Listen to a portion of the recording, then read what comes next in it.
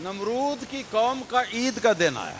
عید منانے کا طریقہ یہ تھا کہ جو بڑا صنم خانہ تھا، بڑا بت کا تھا، اس کے اندر کوئی چیز پکا کے تیار کر کے تو شیرینی کے طور پر لوگ صبح کے ٹائم پر بتوں کی نظر پیش کرتے، بتوں کی نیاز کرتے، اور اس کے بعد پھر باہر ایک خاص میدان تھا جہاں پر جا کر تو وہ اپنا ایک ثقافتی شو کرتے. ان کا ثقافتی شو کیا تھا؟ فحاشی اور یعنی عورتوں اور مردوں کا باہمی ناجائز اختلاط، ناچ گانا، شباب کباب، رنگ و رباب. یہ اس قوم کی عید تھی اور یہ اس قوم کا کلچر تھا، یہ اس قوم کی ثقافت تھی. اندازہ فرمائیے کہ کیا سرے منہ اس سے ہٹ کر ہماری ثقافت بھی ہے.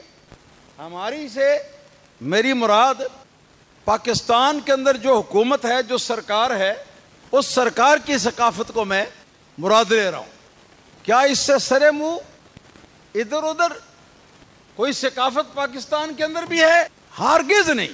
تو پھر کام سارے نمرود اور نمرودیوں والے کرنا اور دم بھرنا حضرت ابراہیم علیہ الصلوۃ والسلام کی محبت کا، حضرت ابراہیم علیہ الصلوۃ والسلام کا نام لے کر نعرے لگانے، یہ کس قدر منافقت ہے، یہ کس قدر بے ضمیری ہے، اس کا اندازہ آپ خود لگا لیں.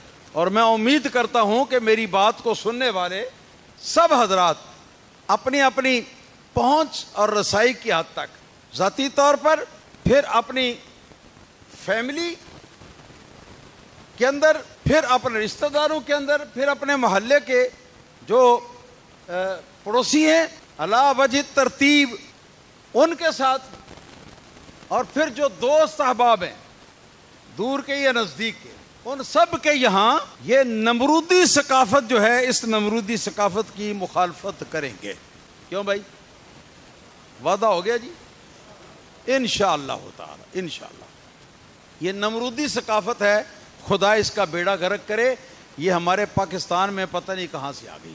ہاں کچھ پتہ ہے بھی کہ کہاں سے آئی ہے. اصل میں یہی ثقافت جو ہے ہندو بت پرست جو ہیں ان کی، ہندو بت پرستوں کی بھی یہی ثقافت ہے.